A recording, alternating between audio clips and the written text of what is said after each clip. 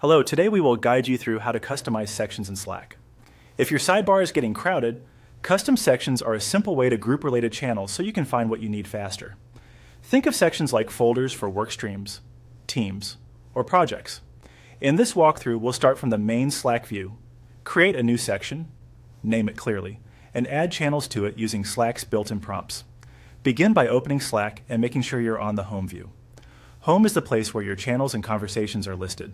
If you're currently looking at DMs, activity, or any other view, click Home in the left sidebar so your full channel list is visible. Being on Home ensures you can access the Channels area where section controls live. Now look to the sidebar for the Channels heading. This is where Slack keeps all your public and private channels. Move your cursor over the word Channels and use a right click to open the context menu. If you're using a trackpad, a two-finger click works, and on some keyboards you can hold, control, and click. The key is to open Slack's quick menu tied to the Channels area. From the menu that appears, choose Create Section. This opens a small window where you'll set up the new section. You'll be asked to enter a name.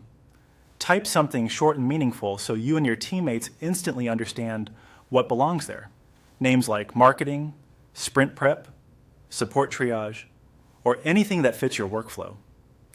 Clear names make the sidebar easier to scan. If your team uses a naming system, stick to it here. Next, click Create and Add Channels.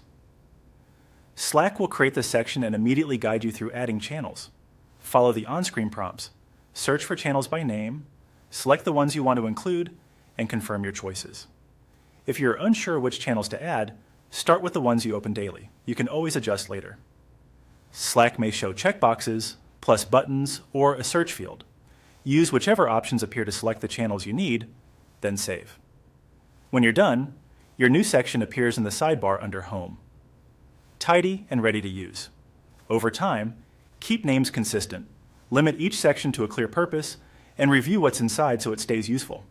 If you ever need to rename or remove the section, open the same menu from the section header to make changes. That's it. Your Slack workspace is now easier to navigate with custom sections organizing your channels.